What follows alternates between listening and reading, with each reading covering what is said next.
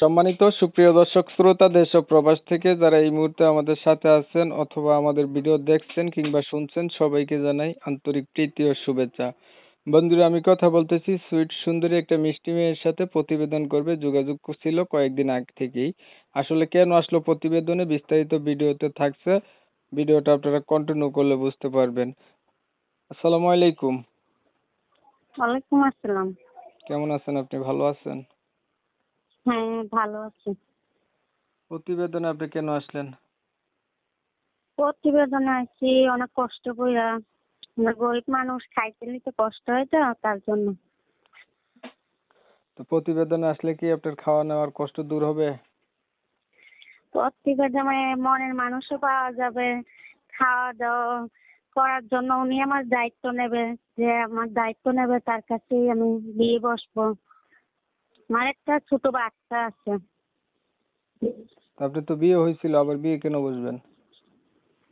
বিয়ে হয়েছিল, স্বামী ভালো না দেখা ছাইরা দিচ্ছে। পরে স্বামী নেশা করতো অনেক, স্বামী চলে গেছে তো অনেক দিন হয়ে গেছে, বাচ্চারা রেখে গেছে। বাচ্চারা নিয়ে আমি বাসা বাড়িতে কাজ করে খাই, অনেক চলতে ফিরতে কষ্ট হয়, বাচ্চার দুধ কিনতে হয়।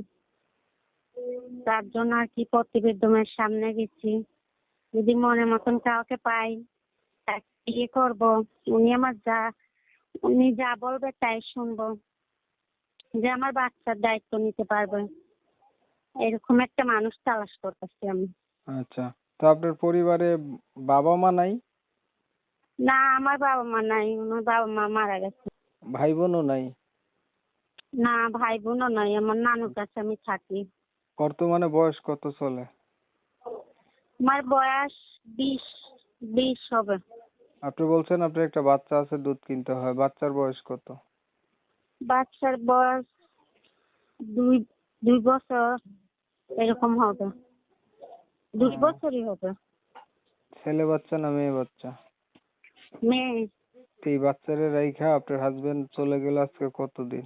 হাজবেন্ড চলে গেছে যখন মেয়ে প্রেগনেন্ট ছিলাম আমি, তখন 7 মাসে, তখন হাজবেন্ড চলে গেছে গা। বাচ্চা ভূমিষ্ঠ হওয়ার আগেই বাচ্চার বাপ চলে গেছে গা? হ্যাঁ। আর খোঁজ খবর দেখা সাক্ষাৎ এই পর্যন্ত হয় নাই? না, উনি অনেক খারাপ ছিল, নেশা পানি করতো তো তার জন্য আর খোঁজ খবর নেই নাই। পরে উনি ডিভোর্স দিয়ে দিছে। তো ডিভোর্স দিছে? আচ্ছা, এখন হচ্ছে আপনি যেহেতু বিবাহিত লোক, আপনার হ্যাঁ। পাশে তো বিবাহিত মানুষরাই তো আপনার পাশে দাঁড়াইতে চাবে বা আপনাকে বিয়ে শাদী করতে চাবে। অবিবাহিতরা কেউ তো আর বিয়ে করবে না আপনাকে, তাই না? হ্যাঁ, বিবাহিত হোক, সমস্যা নেই আমার। এখন যদি বয়স্ক কোনো লোক দাঁড়াইতে চায়? বয়স্ক কেউ যদি মন ভালো থাকে, যদি আমার বাচ্চার দায়িত্ব নিতে চায়, তাহলে আমার সমস্যা নেই। পড়াশোনা কতটুকু করছেন আপনি? পড়াশোনা করতে পারিনি। কোরআন শরীফ পড়তে পারেন? হ্যাঁ, পারি, অল্প অল্প। নামাজ পড়া হয়? নামাজ কত সময় পড়তে পারি, কত সময় পড়তে পারি না। এই পর্যন্ত প্রতিবেদন কয়টা করছিলেন? প্রতিবেদনে কোনো সময় যাইনি, আজকেই এসেছি, এই প্রথম।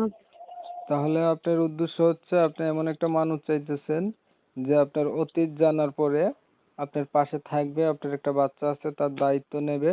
সে যদি আপনাকে হুম। ভালোবেসে বিয়ে শাদী করতে চায় আপনি করবেন, সে যেটা বলবে আপনি সেটাই শুনবেন। এই হচ্ছে আপনার উদ্দেশ্য, এর জন্যই প্রতিবেদনে আসছেন, ঠিক আছে? হ্যাঁ। হ্যাঁ, আচ্ছা, এটাই। ধন্যবাদ আপনাকে। প্রিয় দর্শক শ্রোতা, আপনারা শুনছিলেন উনি কেন আসছে প্রতিবেদনে। তবে আমি আন্তরিকভাবে দুঃখিত, ইউটিউব গাইডলাইনের কারণে ওনার নাম এবং ঠিকানা নিতে পারি নাই। বাকি কথা আলাপ করলাম। এখন যারা ওনার এগুলা জানতে চান অবশ্যই ওনার সাথে যোগাযোগ করলে ওনার সম্পূর্ণ সবকিছুই জানতে পারবেন। আর ওনার প্রতি যদি দয়া মায়া হয় চাইলে ওনার পাশেও দাঁড়াইতে পারবেন।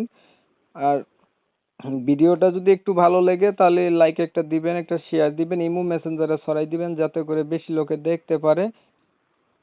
অনেক সময় নিয়ে আপনাদের মূল্যবান সময়গুলো নষ্ট করছেন, ধৈর্য ধরে কষ্ট করে আমার ভিডিও দেখছেন, এর জন্য সবাইকে জানাই এমএসকে টিভির পক্ষ থেকে অসংখ্য ধন্যবাদ। সবাই ভালো থাকবেন, সুস্থ থাকবেন।